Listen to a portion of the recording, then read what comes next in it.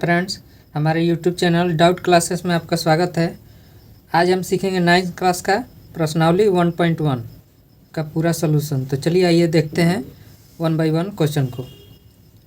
तो चलिए पहला क्वेश्चन है, क्या शून्य एक परिमेय संख्या है? क्या इसे आप p बाई क्यू के रूप में लिख सकते हैं जहां p और q पूर्णांक है? तो चलिए इसका सलूशन देखते हैं। बहुत ही आसान सलूशन है। तो इसको लिखेंगे यस शून्य एक परिमेय संख्या है, परिमेय संख्या है और इसे p बाई क्यू के रूप में लिख सकते हैं। इसे p बाई क्यू के रूप में लिख सकते हैं। जैसे एग्जाम्पल देखिए, 0 को 0/1 भी लिख सकते हैं, 0/2 भी लिख सकते हैं, 0/3 भी लिख सकते हैं, डैश डैश डैश etc। तो चलिए पहला क्वेश्चन कंप्लीट हुआ। दूसरा क्वेश्चन देखते हैं। तो दूसरा क्वेश्चन है, 3 और 4 के बीच में 6 परिमेय संख्या निकालें। चलिए बहुत ही आसान क्वेश्चन है। सबसे पहले अगर 6 परिमेय संख्याएं पूछता है तो इसमें 6 में 1 जोड़ देंगे, या 7 परिमेय संख्याएं पूछेगा तो 7 में 1 जोड़ देंगे। तो यहाँ क्या कितना पूछ रहा है? 6। तो लिखेंगे, सबसे पहले लिखेंगे पहले यहाँ सलूशन लिख देते हैं। तो देखिए, तो हर बराबर कितना पूछ रहा है? 6। तो 6 में 1 जोड़ देंगे तो कितना हो जाएगा? 7। अब देखिए सबसे पहले क्या करेंगे? 3। सबसे पहले 3 और 4 के बीच में पूछा है तो सबसे पहले 3 लिखेंगे और 3 में ये 7 से ऊपर और नीचे मल्टीप्लाई करेंगे। देखिए 3/7/7। तो ये कितना हो जाएगा? 21/7। फिर अब दूसरा बार में लिखेंगे 4। देखिए 3 और 4 के बीच में पूछा है इसलिए उसके बाद 4 लिखेंगे। तो 4 को भी ऊपर नीचे 7 से मल्टीप्लाई करेंगे तो 4 × 7/7। तो ये कितना हो जाएगा? 28/7। तो चलिए अब इसके 21/7 और 28/7 के बीच में 6 परिमेय संख्याएं खोज लेंगे। तो सबसे पहले इधर लिख देंगे 21/7 और यहाँ पे लिख देंगे 28/7। तो चलिए इसके बाद 21 के बाद क्या आएगा?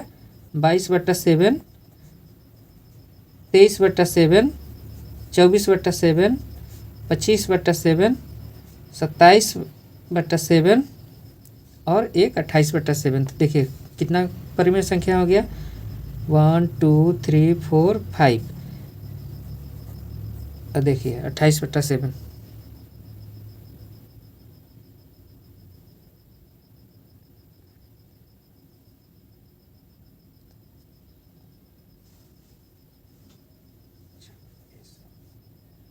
सत्ताईस और एक 28। तो देखिए कितना हो गया परिमेय संख्या? 1 2 3 4 5 6। तो यहाँ पे सॉल्यूशन में लिखेंगे परिमेय संख्या बराबर 22/7, 23/7, 24/7, 25/7 और 26/7 और एक 27/7। तो देखिए 6 परिमेय संख्या हो गया। 1 2 3 4 5 6। चलिए ये क्वेश्चन कंप्लीट हो गया। नेक्स्ट क्वेश्चन देखते हैं। चलिए 3/5 और 4/5 के बीच में 5 परिमेय संख्या ज्ञात करें। तो चलिए बहुत ही आसान क्वेश्चन है। सबसे पहले यहाँ सलूशन लिखेंगे और देखिए यहाँ 5 परिमेय संख्या पूछा है। तो 5 परिमेय संख्या पूछा है तो सबसे पहले क्या करेंगे? 5 में 1 जोड़ देंगे। तो यहाँ लिखेंगे हर बराबर 5 + 1 बराबर कितना हो गया? 6। अब इस 6 से 3/5 में ऊपर नीचे मल्टीप्लाई करेंगे। तो देखिए सबसे पहले 3/5 लिख लेंगे और यहाँ 3/5 में 6 से ऊपर भी और 6 से नीचे भी मल्टीप्लाई करेंगे। तो ये कितना हो जाएगा? 18/30। चलिए अब उसके बाद 4/5 लेंगे। तो देखिए 4/5 में क्या करेंगे? फिर यही 6 से ऊपर नीचे मल्टीप्लाई करेंगे तो 6 नीचे भी 6। तो ये कितना हो जाएगा? 24/30। चलिए अब इसके 18/30 और 24/30 के बीच में 5 परिमेय संख्या ज्ञात कर लेंगे। तो सबसे पहले यहाँ 18/30 लिखेंगे, फिर गैप देकर यहाँ 24/30 लिखेंगे और इसके बीच में जितना परिमेय संख्या आता है वो लिख देंगे। तो चलिए 18 के बाद कितना आएगा? 19/30, 19 के बाद 20/30, 21/30, 22/30 और 23/30। तो चलिए परिमेय संख्या कितना मेरा हो गया 5। देखिए कैसे 19/30, 20/30, 21/30, 22/30 और 23/30।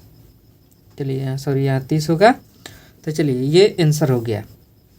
चलिए अगला क्वेश्चन देखते हैं।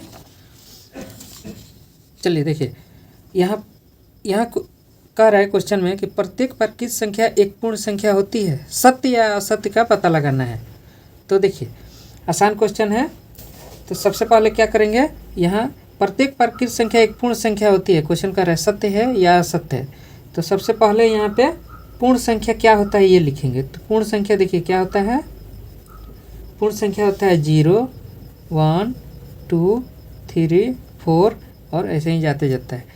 उसके बाद पूर्ण संख्या हो गया, उसके बाद प्राकृत संख्या लिखेंगे। प्राकृत संख्या क्या होता है, देखिए प्राकृत संख्या शुरू होता है 1, 2, 3, 4, 5 ऐसे। तो इसमें पूछ रहा है कि प्रत्येक प्राकृत संख्या पूर्ण संख्या होती है।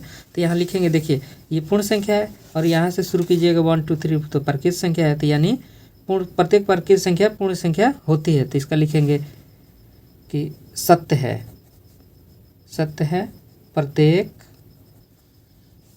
प्राकृत संख्या एक पूर्ण संख्या होती है। चलिए अगला क्वेश्चन देखते हैं। प्रत्येक पूर्णांक एक पूर्ण संख्या होती है, ये दूसरा नंबर क्वेश्चन है। सत्य या असत्य का पता लगाना है। प्रत्येक पूर्णांक एक पूर्ण संख्या होती है। तो देखिए सबसे पहले हम इसमें पूर्ण संख्या क्या है ये लिखेंगे। तो पूर्ण संख्या कहाँ से शुरू होती है, तो देखिए पूर्ण संख्या 0 से शुरू होती है। 0, 1, 2, 3, 4, 5 डैश डैश डैश। और देखिए प्राकृत और पूर्णांक संख्या कहाँ से शुरू होती है, तो देखिए पूर्णांक संख्या जो होती है वो -3, -4 मतलब निगेटिव से लेकर पॉजिटिव तक होती है। जैसे इसको नंबर लाइन पे भी दर्शा सकते हैं, जैसे 0, 1, 2, 3, 4 ऐसे जाते जाएगा। और इधर पे -1, -2, -3, -4, -5। तो देखिए यहाँ पे पूछ रहा है कि प्रत्येक पूर्णांक एक पूर्ण संख्या होती है। तो देखिए ये इसको लिखेंगे कि असत्य है, क्योंकि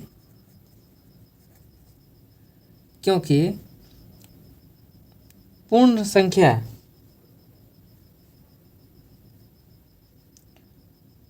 कभी भी ऋणात्मक नहीं होती है, ऋणात्मक नहीं होती है।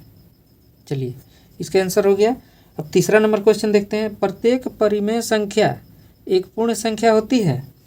तो देखिए परिमेय संख्या कितना होता है, तो देखिए परिमेय संख्या जो p/q के रूप में रहे, p/q के रूप में मतलब 1/2, 1/3, 4/5 ऐसे ऐसे।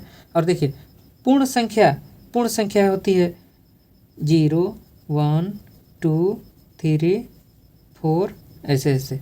तो अब पूछ रहा है कि प्रत्येक परिमेय संख्या एक पूर्ण संख्या होती है। तो देखिए 4/5 में भाग देंगे तो ये पूर्ण संख्या होगी। पूर्ण संख्या मतलब कि दशमलव में नहीं आए, तो इसको भाग दीजिएगा तो हमेशा दशमलव में आएगा। तो इसका भी आंसर क्या होगा, असत्य है, असत्य है। और इसको लिखेंगे कि प्रत्येक परिमेय संख्या एक